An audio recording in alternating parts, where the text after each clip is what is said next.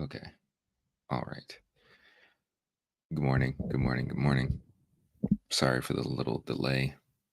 Actually, it's been a few days. It's been like a week since I've done the reading with Jam. Um, good morning to people on Instagram and good morning to people on YouTube who are watching this um, on the Beneficial Black Man channel. And again, for those who are watching on my at Jamal Calpin Instagram, doing reading with Jam. This is something that I've done a few times now at this point. Uh, been reading through different nonfiction or personal help, personal development books for my own personal journey and personal help, but also I would hope for the benefit of those who watch and who listen. Because I understand, like, some people don't want to sit and read books. Um, but I think a lot of these books that I've been reading or I've had the opportunity to read and share can be beneficial, particularly for men. I don't know. I think sometimes as men, we'll focus on like books like Rich Dad Poor Dad or what is it, The 48 Laws of Power, but we won't focus on books that could actually change and improve our emotional health and our emotional well-being. So, previous to this book that I'm starting to read now, um, read All About Love by Bell Hooks, and I plan on reading that again soon, maybe after this book or the next book or whatever. Um, and I think we need those books. Like, personal development isn't only just about money, isn't only about finances. It's not only about quote unquote leadership. Like, we need to grow holistically as people. And I think holistically as men, particularly in the area of mental health, mental well being, and emotional intelligence. That's something we've neglected in men in our society. We haven't done the work to make sure that we're whole, healthy human beings. We only focus on how can I be a better worker? How can I be a better? Yeah, I did a YouTube video about this about um, trying to convince us and teach us, particularly as Black men, that we're not commodities. We're not commodities, but that's something that we continue to believe and perpetuate in our society and in our community. But it's not true. We're humans. You know, since our ancestors became enslaved people here in this country, we've been learning terrible propaganda and information in a narrative that changes us, that's been changing our psyche, changing our beliefs about ourselves for a long time. And we have to unlearn those things. We have to unlearn that programming so that we can become whole and so that we can become our best selves. Um, so I think that's why it's important that we read books like this. Like this, I'm reading Atlas of the Heart by Brene Brown. Um, I think it's important. I think it's very, very important that we learn these things that can help us to look at ourselves differently and more and in a better light so that we can become healthier. Uh, Again, especially as men, I think we've been stifled in a lot of different areas that hinder us from being whole, that hinder us from being our best selves, and that hinder us from living for God's glory and for the good of other people because we're not tapping into all of those aspects of ourselves, like our soul, like our emotional well being and our mental health. So that's why we're reading these books. And I'm also a voice actor, I'm also an actor. So this is a good way for me to practice. Um, yeah, so let's get into it. There's enough preliminary discussions and stuff. But again, thank you for those who are joining me on YouTube. Thank you for those who are joining me on Instagram.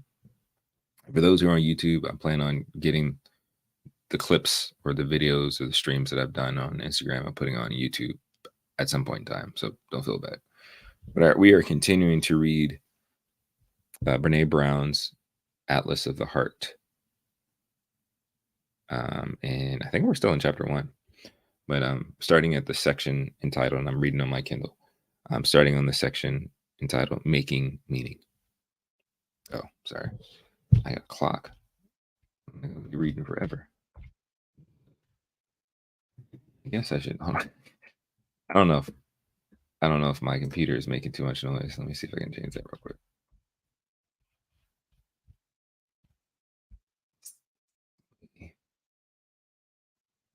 But I hope you all are doing well.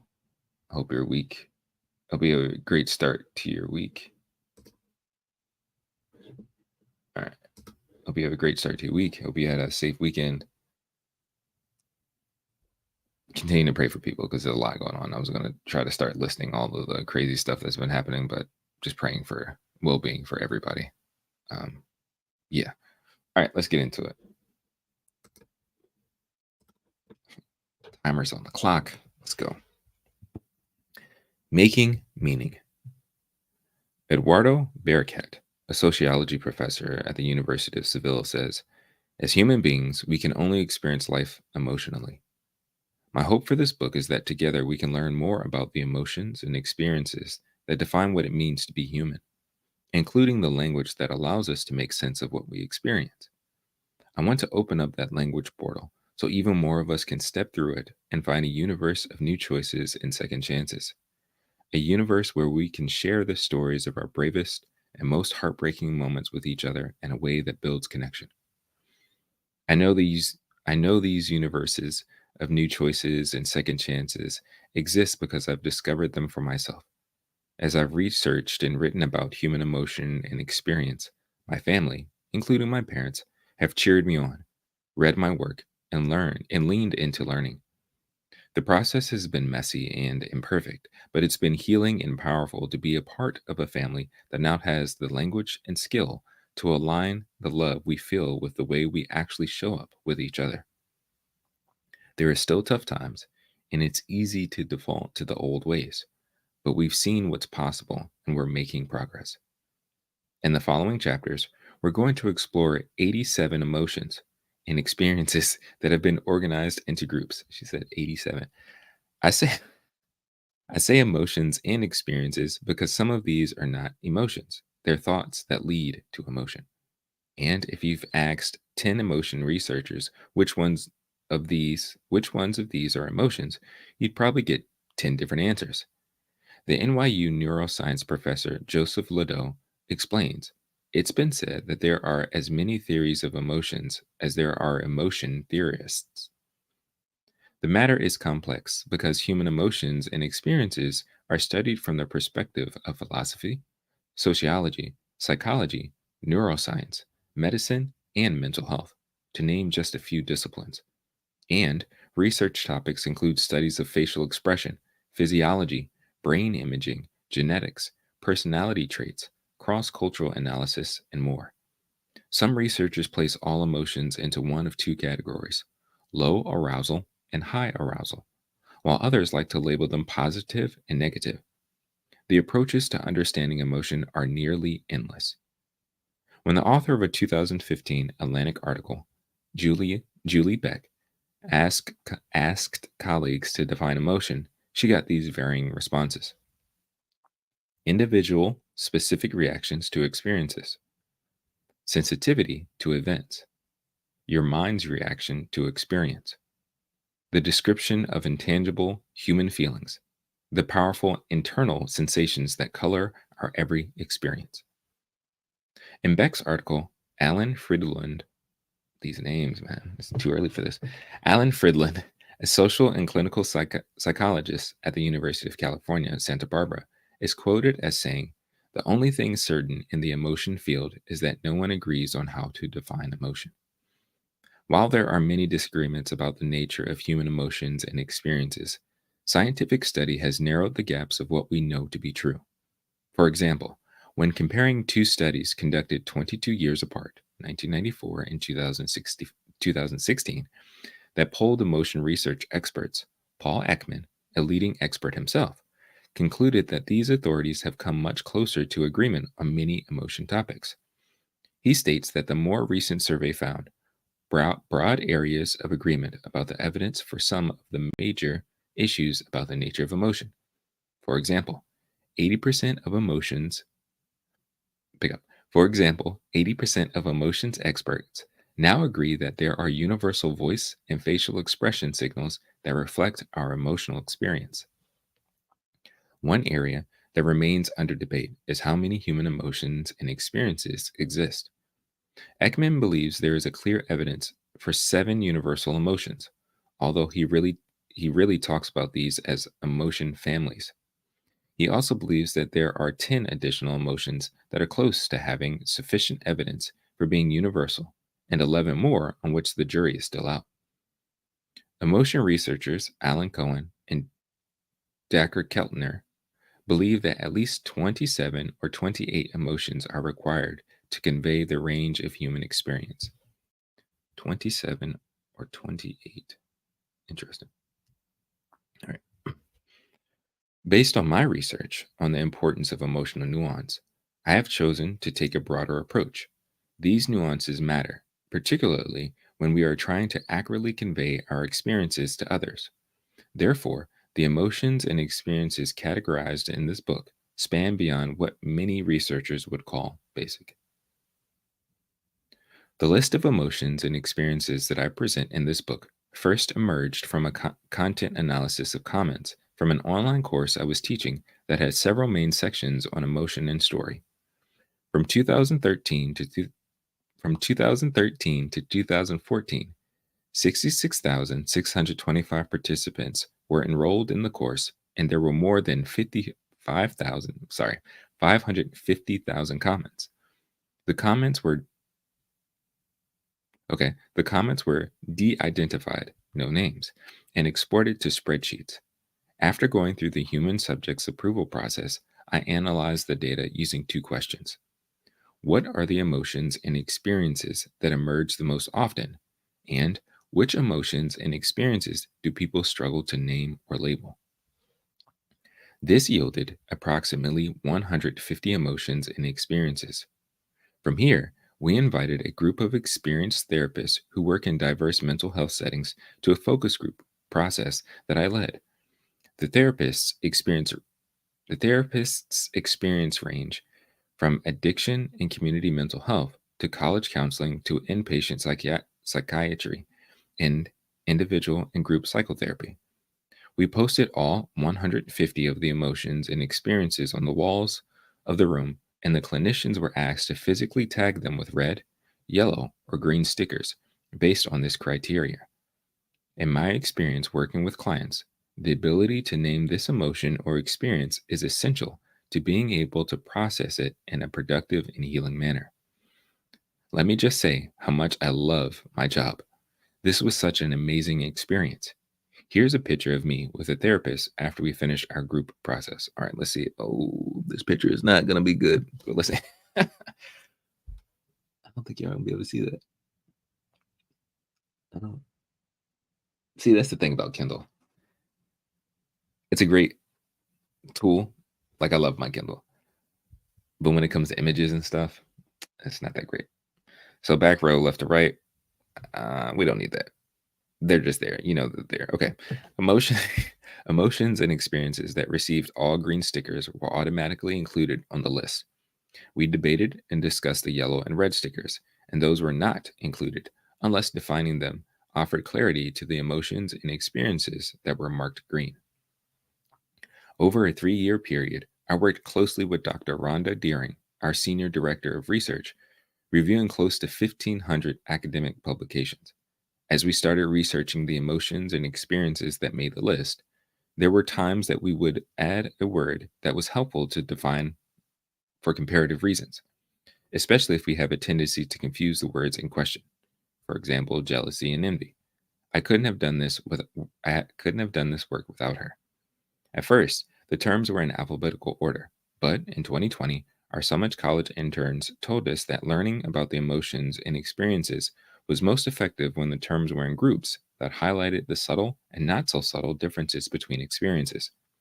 They explained that grouping them based on how they relate and compare to one another reflects more of our lived experiences and enhances learning. When interns teach, we listen and learn. Thank you, Ellen and Pr- Pr- Purina. Sorry, I apologize. Once we had the final list, we used the course data to better understand how people actually use language when describing their feelings. How we talk about our experiences is often not even close to how those experiences are discussed by researchers. My commitment is to deliver work that is empirically based and accessible, and that resonates with our lived experiences and lived language. I know what a privilege it is to have spent my education and career working closely with research participants, practitioners, therapists, counselors, from organizers, leaders, and others, and educators, from kindergarten teachers to doctoral professors. Without this diverse group of people, I'd have no career, which is why I consider them my most important audience when I'm researching and writing.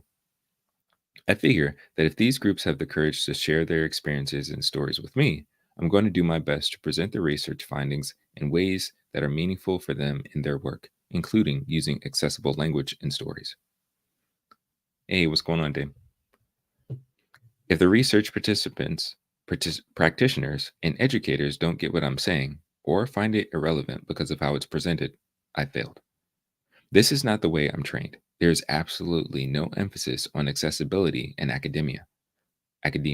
But I'm a social worker before I'm anything else. And meeting people where they are is an ethical mandate from this perspective. Sometimes I'm successful, sometimes I need to do better. Sometimes I fail, and when I fail, I hear about it, thankfully. I want this book to be an atlas for all of us because I believe that with an adventurous heart and the right maps, we can travel anywhere and never fear losing ourselves, even when we don't know where we are. I like that. Oh, wait, hold on. Sorry, I'm highlighting stuff. Okay. Next section. You are here. In most of my books, I've shared the line, I am a map maker and a traveler. It's my way of telling you that I don't have the answers. I have data, and I use the data to chart a course that I'm sharing with you and trying to navigate at the same time. I don't have it figured out, and most of my research has surprised me and kicked my ass. I stumble and fall a lot as I try to put what I learn into action.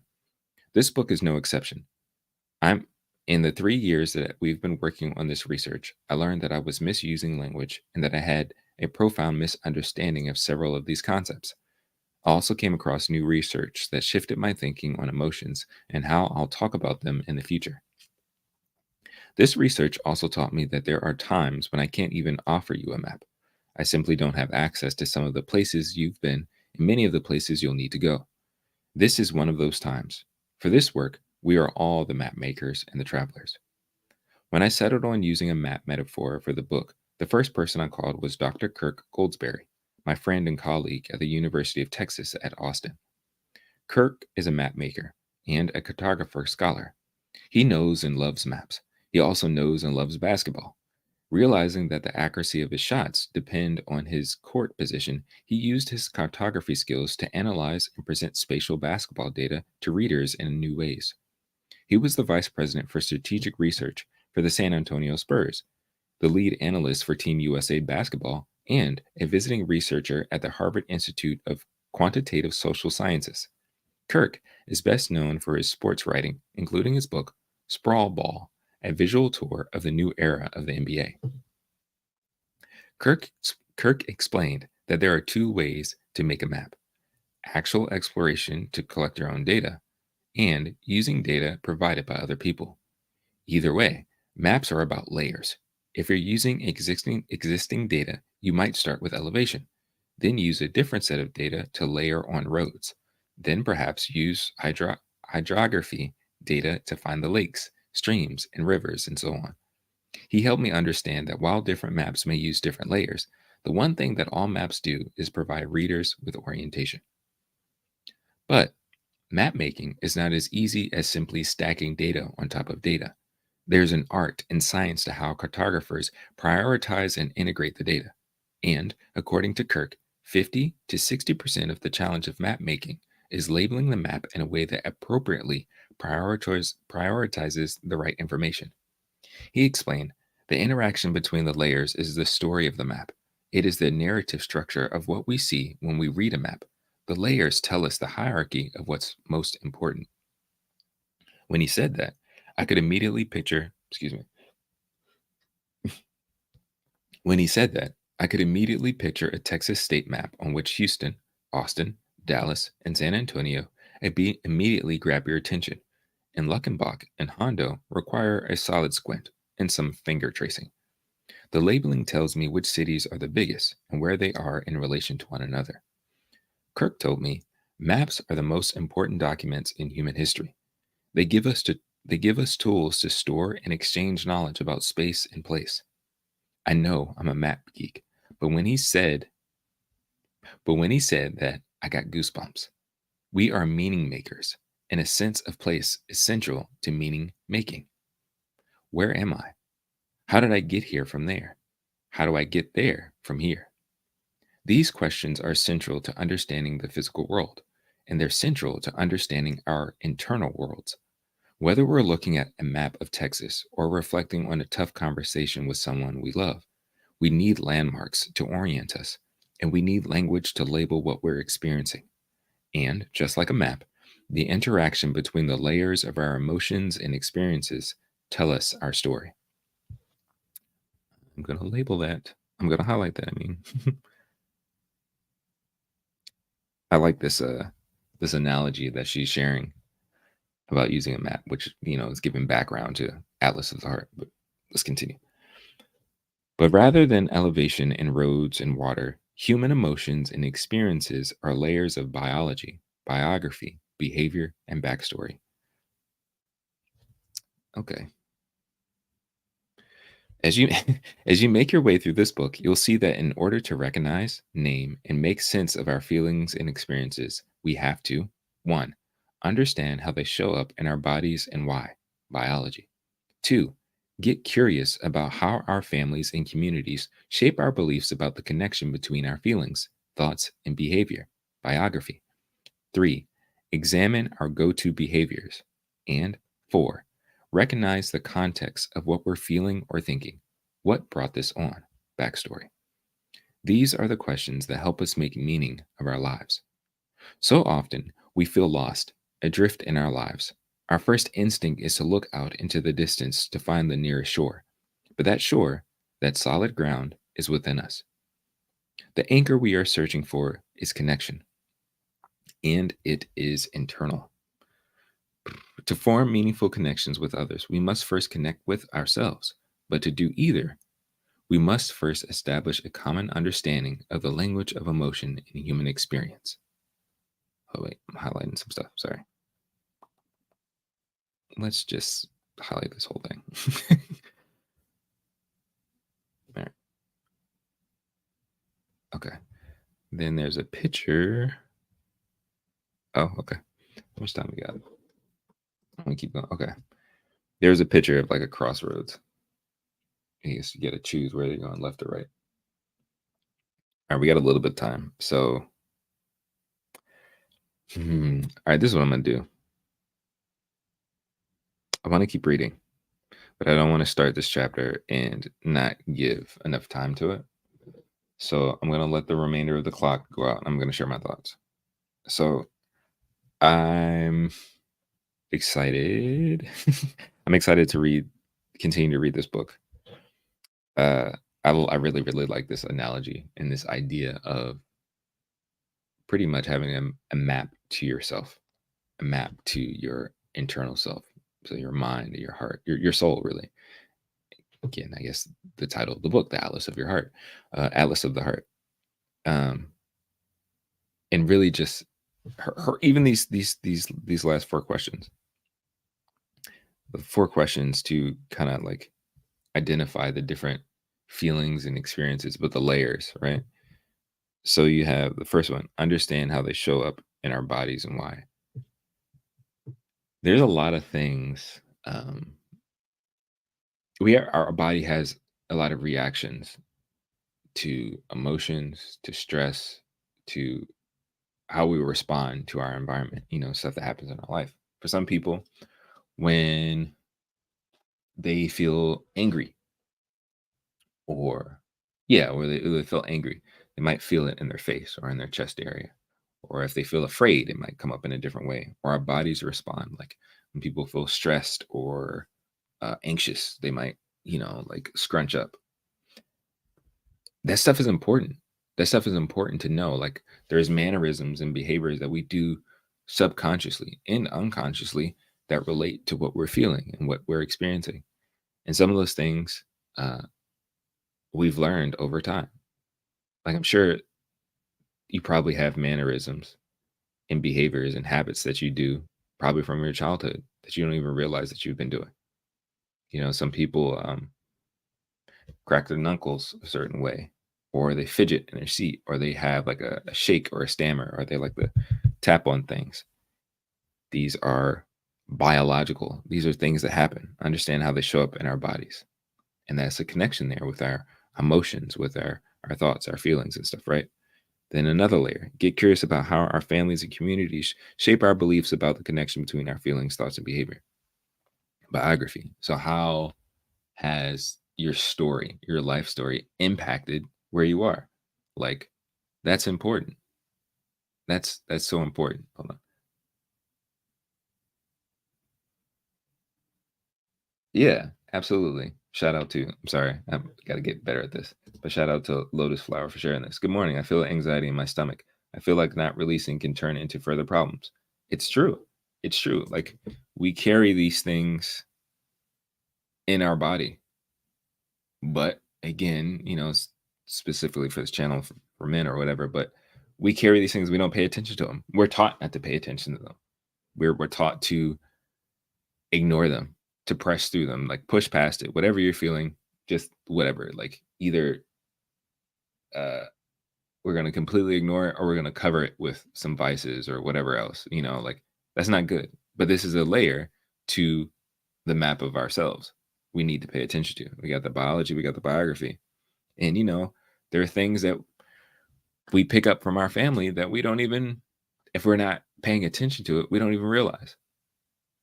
Again, whether it's mannerisms and actions and behaviors, sometimes even beliefs and thoughts. Like, for example, personally, which is a big deal to me, I I didn't know that my father attempted self-deletion probably around the age that I am right now.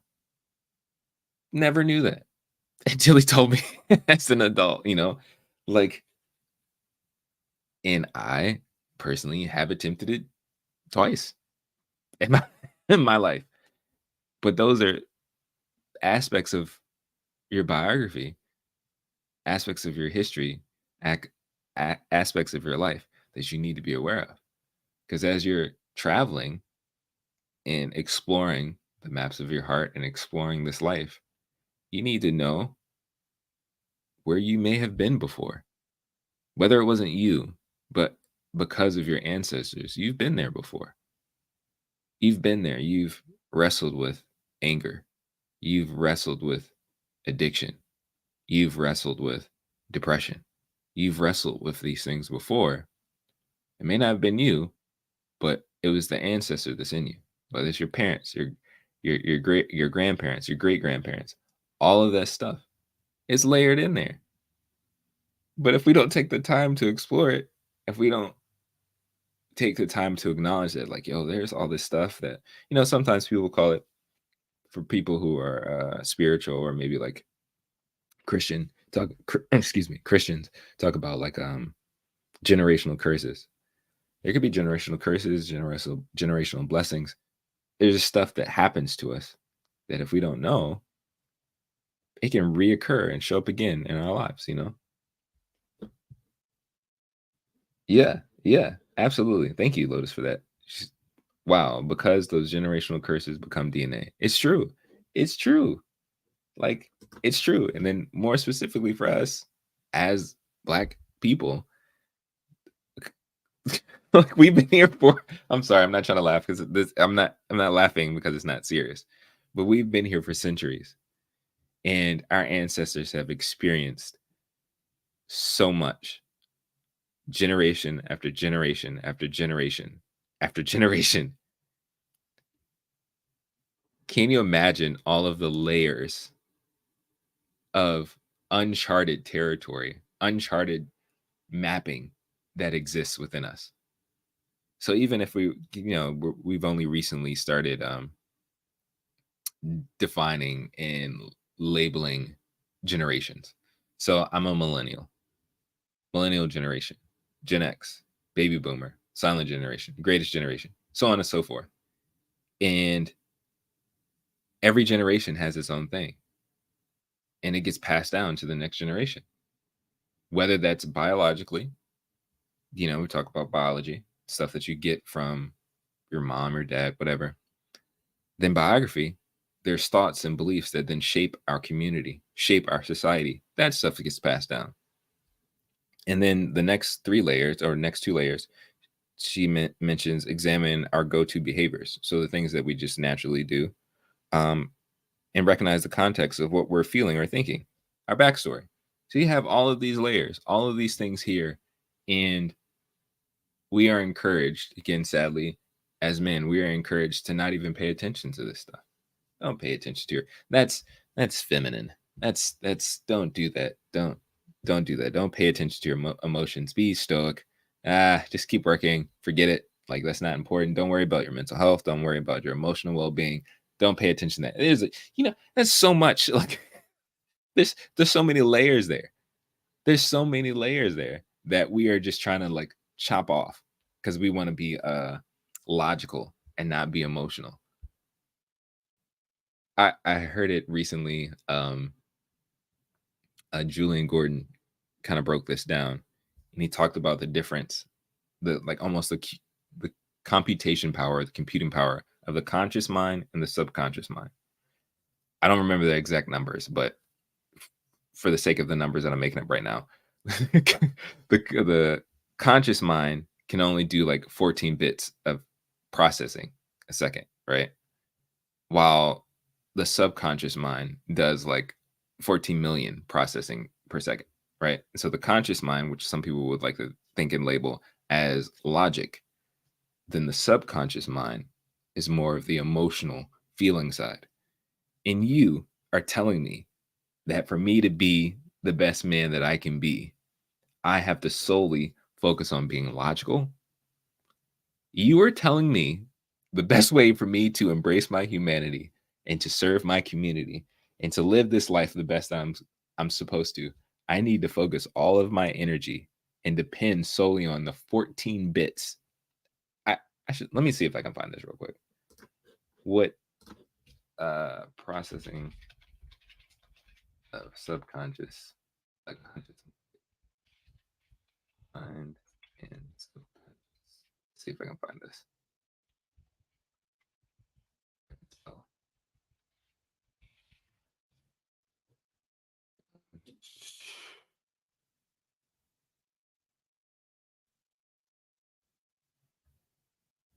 I don't want to spend too much time on this because I need to wrap up. But anyways, this is a huge difference.